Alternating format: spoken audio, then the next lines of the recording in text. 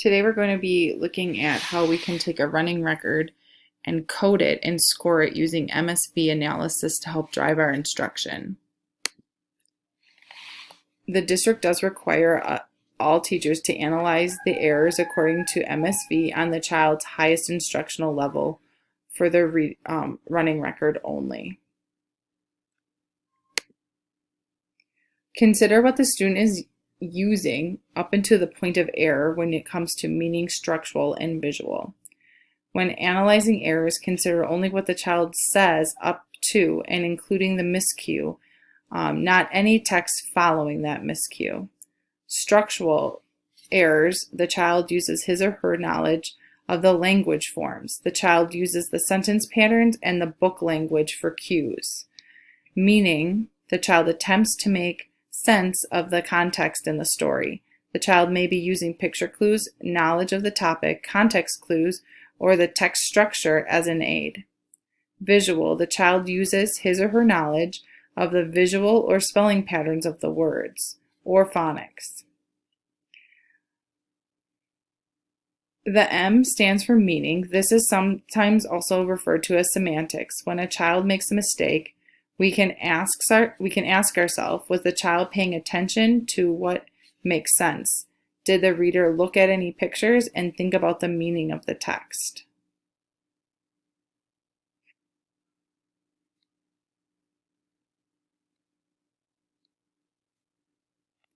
The S in MSV stands for syntax. When a child reads a word incorrectly, we can ask, was the child paying attention to the syntax?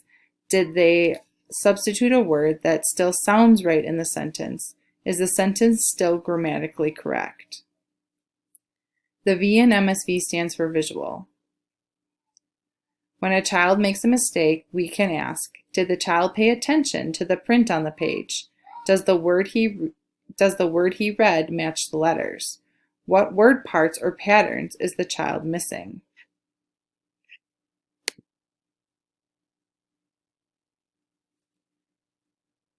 When looking at meaning, does the reading make sense up until the point of error? Some examples might be substituting in mama for mother, or smashing for crashing.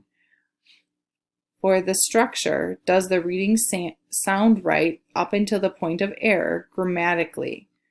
So this could also include these meaning errors could also be structural errors. So you can have more than one circled, so you might be circling meaning and structural. For visual, does the word they looked at, is it similar to the correct word? So the first letter at like an early reading level, or is 50% at a higher level?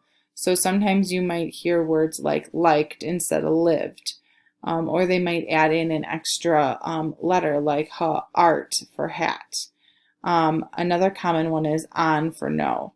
Those would be visual errors where they're not reading closely through those words.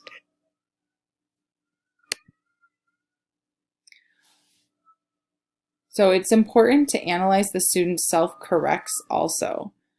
A self-correction is not considered an error, but it's an important milestone in reading when the student discovers cues that tell him or her that something is wrong. When analyzing the self-corrects, consider what caused the student to go back and correct the word in order to determine structural, meaning, or visual. This will also tell you what the student is strong at. So what I'd like you to do is look at the running record that is on the screen, and I'd like you to analyze the MSVs according to the errors that you see. So go ahead and pause it and work through that. Here's another example of a running record that you can sit with a partner and complete some MSV analysis. As you go through it, ask each other those questions. What is the student doing up until that point of error? Is it meaning making? Are they using different visual cues? Does the structure and grammatically, does that work? And you may have different opinions on that, and that's okay. This is how I analyze this running record. how I interpreted it. There's not just one right answer to MSV, which is why it's important to do the MSV as you complete a running record, because you were able to watch what that student was doing in the moment, which will give you more of an answer of what you think the error was and why they made it. The next steps, which is the now what do you do with the MSVs? So now you need to ask yourself these questions. What are they using most of the time? Are they making most of their errors based off of meaning, structural, or visual? Students who rely heavily on visual need to stop that, because we need to start developing that meaning making and structure so that they're thinking about the story that they're reading. So if you're noticing that your student is making a lot of visual errors, you need to look at what different prompts you can then teach to, different strategies to teach to, that will start to give them supports in being able to use meaning to help them to read, or structure to help them to read. The next question you might ask yourself is, did they self-correct? If they didn't self-correct, we needed to do some lesson planning around monitoring. And if they are self-correcting, what are they strong in? That can help you springboard into a strategy for what they're using.